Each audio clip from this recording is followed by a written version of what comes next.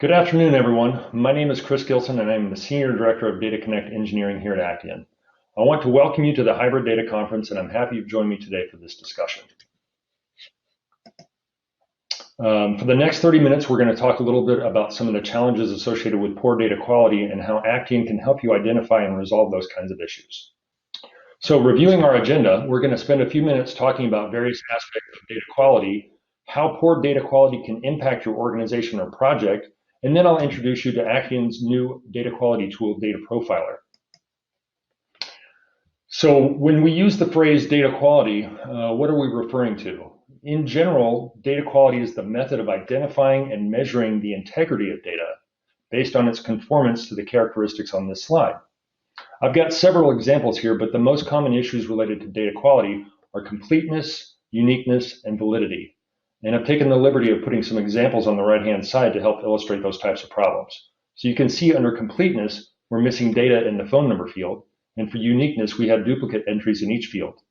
Validity means that the data conforms to some business logic or formatting pattern. And you can see in the example on the right that the area code is missing from the phone number field. So when we talk about data quality, these are really the traits that we're measuring against. We want to ensure that data conforms to all these characteristics, and that will help produce data sets that are reliable and trustworthy. So why is data quality important? And the title of this slide is asking an obvious question, but when you stop and think about all the ways that we leverage data, it becomes clear that our data is central to everything we do in business. We rely upon it to plan, to make decisions, form opinions, take action, and so on. And so with that in mind, I think it makes sense to take a look at where our data comes from. When we examine the various sources or feeds, we realize that the majority of our data comes from either directly from a person entering it into a web form or an application, or indirectly from a program that a human wrote. And both scenarios are prone to errors and mistakes. And in terms of accuracy, the numbers vary in terms of research, but there are multiple published reports on the amount of dirty data contained in any repository, and the averages are somewhere between 20 and 40%. So how does poor data quality impact an organization? There was an interesting Gartner report recently that stated companies lose nearly $13 million a year in relation to data quality. Again, you'll see various numbers depending on the source, and this 13 million was actually on the low side, but that's still a really alarming number, and especially when you combine that statistic with the 20 to 40% figure from the previous slide. It really just becomes clear how widespread and prevalent data quality problems are. And so the impact, decision-making, planning, activities, insight, outcomes, all those things are impacted. And many of us are so used to dealing with data quality issues that we don't even recognize them any longer. We accept some of the scenarios I have here on this slide as common or normal place, sending emails to duplicate or inaccurate addresses, making poorly informed decisions, storing useless data in our repositories, and even storing data that contains potential compliance infractions. I've added a term at the bottom of this list called data janitors, and that was really meant to represent the work that we all do on a daily basis to either manually clean or validate the data that we work with. If we took the time, I'm sure we could come up with a very sizable list, but the takeaway is that poor data quality decreases productivity, increases costs, and leads to impaired decision making. And so now that we've defined data quality and talked about why it's important, let's switch gears and start to discover how we can identify data quality problems through profiling. So I have it here on my slide that profiling provides insight into data quality by identifying outliers, inconsistencies regarding structure and content. So what does that mean? When profiling, you're effectively applying rules or conditions derived from the data quality characteristics we talked about before to your data set. The results will identify where the problems exist and also identify what types of problems they are. The bullets on here on this slide are really just a simplified representation of how profiling rules are used to evaluate data. Once all the records in a data set have been processed, you'll have an understanding of what percentage of the data passed or is considered clean, how many failed or dirty records there were, what types of issues were found, and how many instances of each type of issue was discovered. And again, going back to the big three that I referred to before, we talked about completeness, validity, and uniqueness before as the most common problems associated with data quality.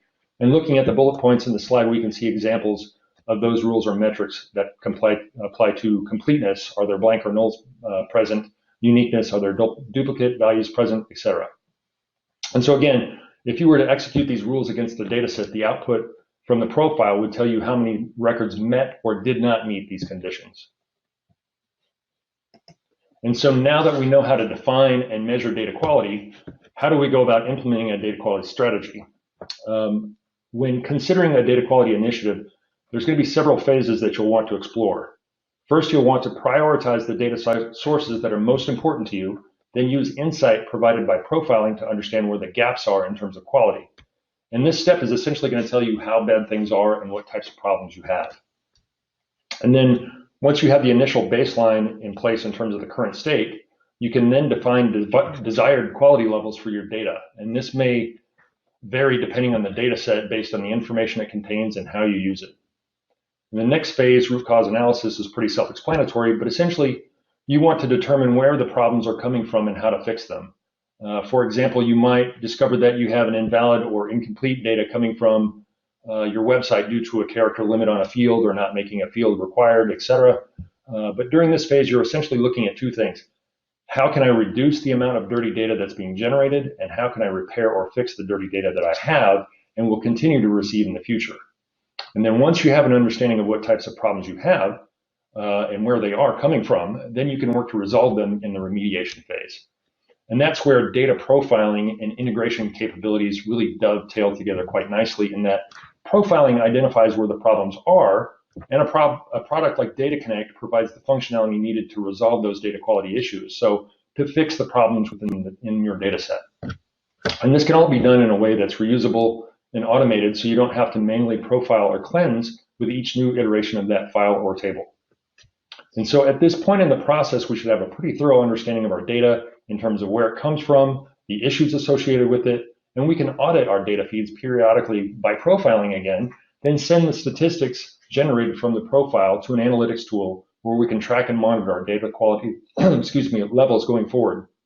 And this will help ensure that our data is trustworthy and reliable, and also help us identify any new trends or risks.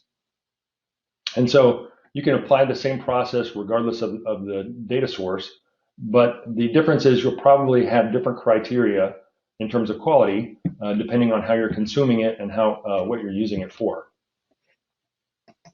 So now let's move on and talk about Action's new data quality tool, Data Profiler.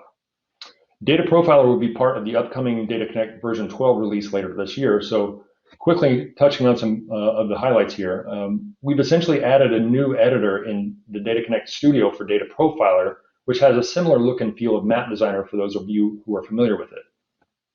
We're going to take a look at a pre-beta version that I have installed here in just a few minutes, but essentially it's very intuitive to build a profile. You need to configure a source connection, configure some target connections, and then specify which metrics or rules that you'd like to use. Because Data Profiler has been added to the DataConnect Studio, we're able to take advantage of all the rich connectivity found in Map Designer. And this includes all of our flat file, ODBC, JDBC, native database, and application connectivity such as Salesforce and NetSuite. And this also means that any saved connections that you already have within DataConnect can be reused in Data Profiler. And so metrics, I mentioned before that when you create a new profile, you can select and apply any of the metrics from our library that you're interested in. But another option is to use the AutoGen feature, which is extremely useful for someone who wants a simple and fast way to perform discovery on a data set. So AutoGen is essentially a predefined collection of metrics, which can be customized, that can be added to your profile with literally just a couple of clicks. And another great feature of Data Profiler is how it's able to provide several different views of the data set by producing separate output files. So clean data is written to one file or table, dirty data is written to another file or table, and statistics files are generated as well, which enables the drill down reporting capabilities that will appear in Data Profiler. And the end result will be a chart or a graph that will provide high-level statistics regarding the profile results. From there, you can click on and drill down into a certain part of the graph or chart to examine the underlying data. And then lastly, we'll also be releasing a new process designer component called the Data Profile Invoker in version 12. And that's going to allow users to directly call existing profiles from a process. So this means that profiles can be executed as part of a solution or a larger workflow in Process Designer, which can also be deployed to Integration Manager, where they can be scheduled for remote execution on a DataConnect engine. So now let's go ahead and start looking at Data Profiler. First, I thought it might be interesting for the demo to actually try to solve a problem in our demo. So we're going to take a premise that we had a webinar, not unlike this one, and at the end of the webinar, there was a link to go sign up for more information. And so this data set that I created is effectively our quote-unquote sales leads data, right? And we need to cleanse it. We need to find the problems with it. So a cursory look, it looks pretty good. You can see a few issues with it. We've got some duplicates down at the bottom, some blank entries in some of the fields. And then I've gone ahead and highlighted all the actual issues there are with this particular data set. And we're going to move over to Data Profiler to go identify those problems. So let me go ahead and bring up Data Profiler.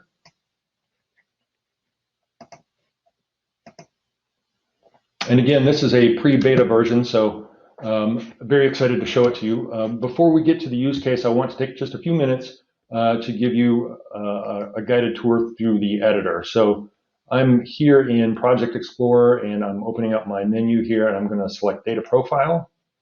I'm going to select the project in which I want to save my profile to. I'll give it a name,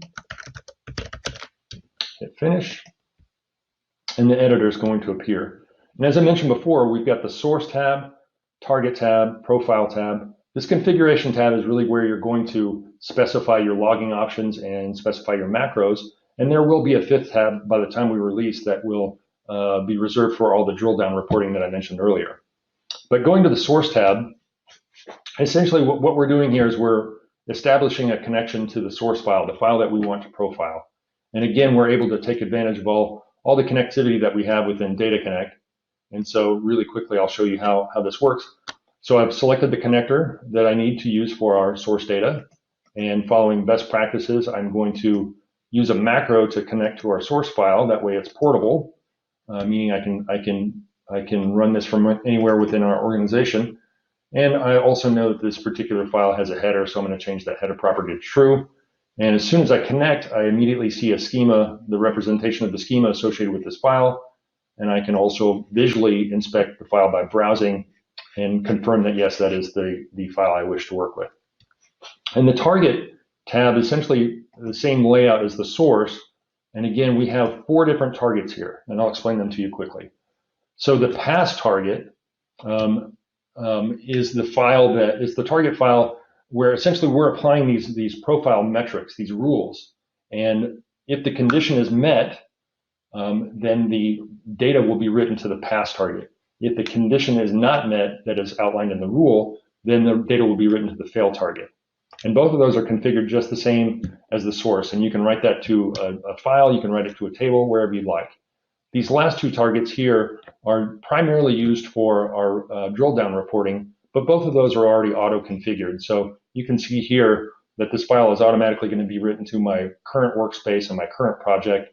And then we're essentially appending the name of the profile with fail details at the end of it. And we do the same for the stats target as well. Now going on into the profile tab, the first thing you'll see here on the left is the field section. And what this does is it allows you to specify what you want to be written to the target files. So you may only be interested in a couple of these fields. So potentially, I'm only interested in street and city. As I run my profile, that's the only data that's going to be written to the target. But if I desire everything to be written to the target, I don't have to select anything. Everything will be written to the target automatically.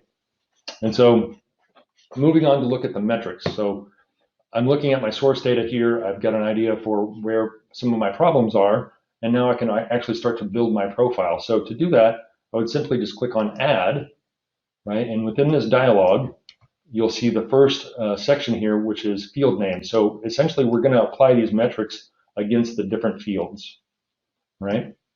And followed by that would be a list of the appropriate metrics for that given field, which I can select from. And in this particular metric, compare to constant, there is an operator and a constant associated with it. So effectively, what it's going to do when I configure this metric, it's going to evaluate the data that's in this particular field against this operator and constant.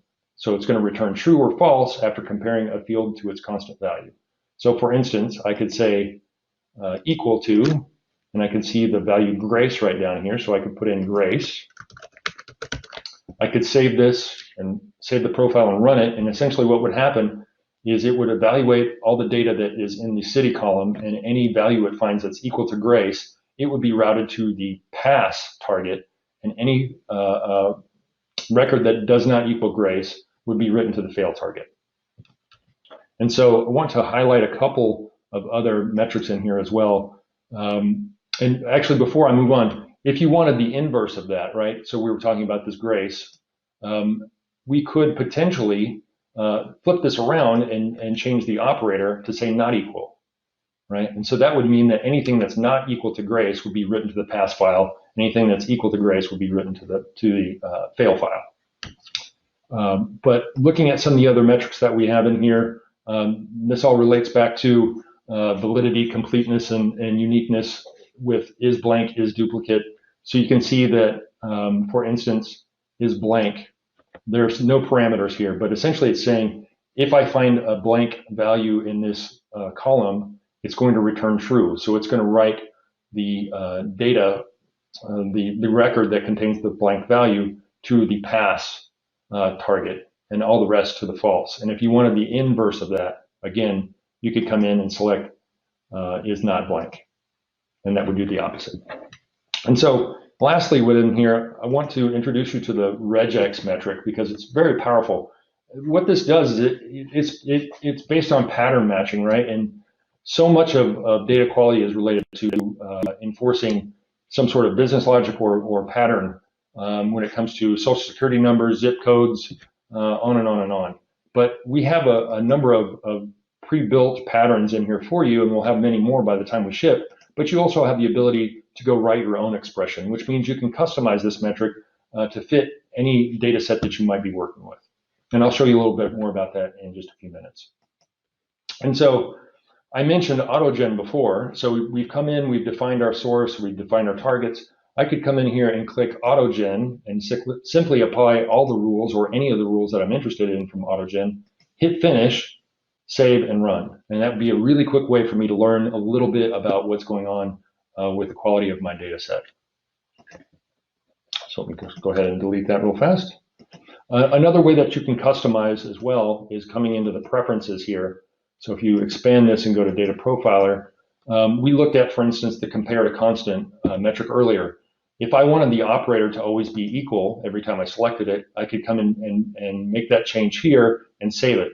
And that's the same for most of the metrics that we have. You can apply any default pattern that you may choose to use if you're running into the same pattern or you want to enforce the same pattern over and over again. That's just a quick and easy way to customize those rules to your benefit.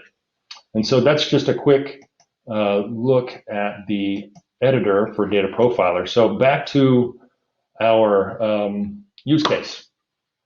So here we've got a profile that I've already built, and we're looking at our source data set. So this is our sales leads, right? So following our process, we've identified an important data feed, and now we need to look at the data set and figure out what attributes are important as well. And being that this is sales leads data, most of this is contact information, and all that is important, right? So being that it's contact information, we certainly don't want to see any blank values in here.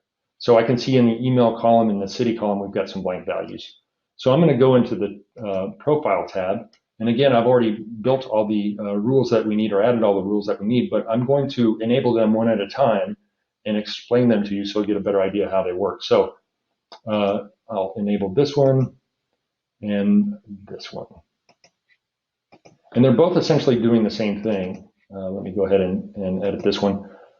In this particular case, I'm using the metric is not blank, and I'm profiling against the city column. So what should happen is when I run the profile, it should evaluate all the data in city, and any blank value that it finds, it should write that record to the fail file. And it's going to do the same thing for the email column as well, because I've got the same metric applied to email. So I'll just go ahead and save really quickly and run. And this dialog is just telling me that these output files are going to be overwritten. And so I'll go and click on my target. and I can quickly browse my past target to visually inspect and make sure that those records aren't in there anymore, and also navigate to fail and look at the failed target data set now. And so now I can visually inspect and see, yes, I've picked up those 2 records. So now going back to the source file again, and again going back to the complete, unique, and valid characteristics, the next thing that we can see is that we've got some pattern issues with zip and phone number. So looking at zip code a little more clearly, we can see the preferred pattern here is the zip +4 pattern. So we've got our standard zip code with a hyphen +4 digits. And so I've used the regex metric to help us identify where we've got some pattern issues there.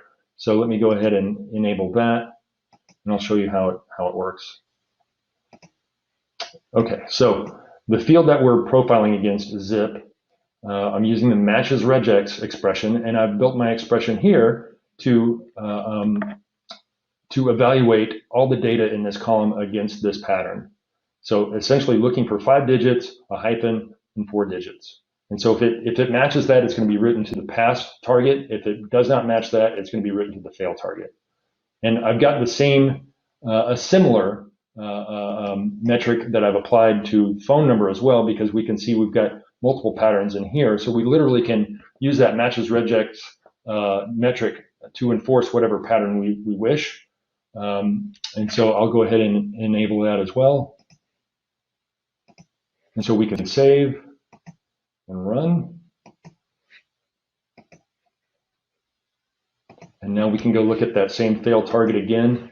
And we can now see that we've got our blanks from email and city, what we were looking at before. But now we can also see that we've got some discrepancies in here from the zip code and phone number rules that we applied.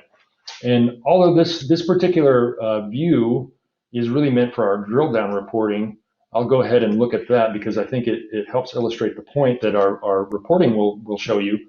When you look at the fail details target, it's going to add columns in here for all the metrics that we've applied, right? And so you can see here which records failed, which rules. So the great thing about this is you're starting to see how many problems you have, what types of problems they are, so you can start to figure out how to resolve them. But very powerful and very insightful.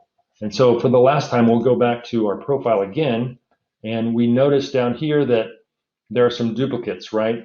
Shannon joined our webinar and was really impressed and maybe hit submit a few too many times. And so we need to resolve that, or at least identify that. And so you want to be careful when you're working with duplicates that you're going to profile against an appropriate field. In this case, being it's our sales leads demo data, my assumption is that we're probably not going to have more than one person from the same company reaching out to us for more information.